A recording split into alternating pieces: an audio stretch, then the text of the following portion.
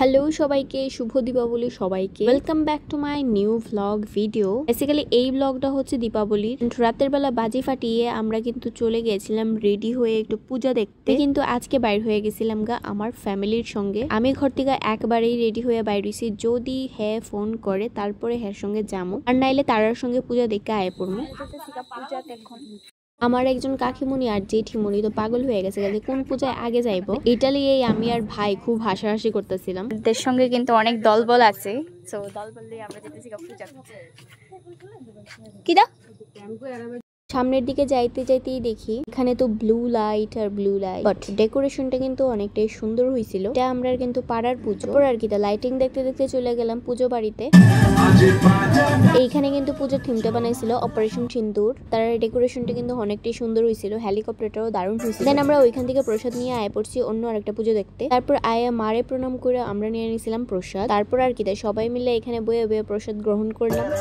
আমি তো ভাবছিলাম এখন হয়তো আমি বাড়িতে যাবো গা, কিন্তু তা আর হইলো কই। হঠাৎ করে হ্যাঁ আমারে ফোন করে কইতেছে যে আমি এখন আইতাছি, তুমি তাড়াতাড়ি বাইরে। তারপর আর কি আমরা তিনজন মিলে বাইর হয়ে গেছি গা আবারও পূজা দেখতে। আর এখন আমরা যাইতেছি আমাদের খোয়াই টাউনে পুজো দেখতে।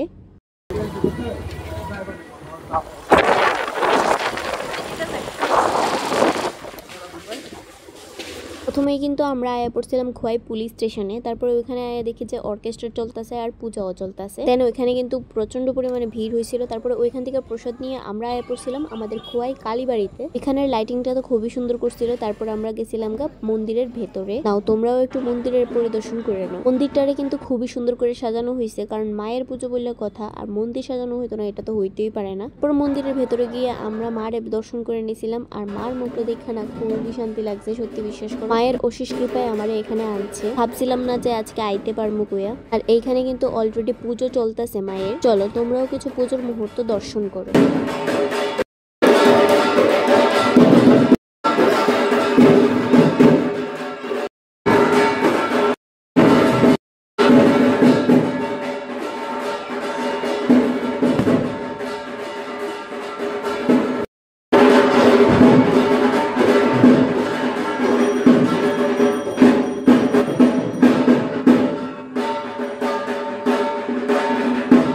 এই বছরের মতো আমার দীপাবলি তো এইভাবেই কাটে। আমাদের সকলের দীপাবলি কেমন কাটলো কমেন্টে কিন্তু অবশ্যই জানিও। আজকের জন্য ভিডিওটা এতটুকুই। দেখা হচ্ছে নতুন আরেকটি ভিডিওতে। বাই।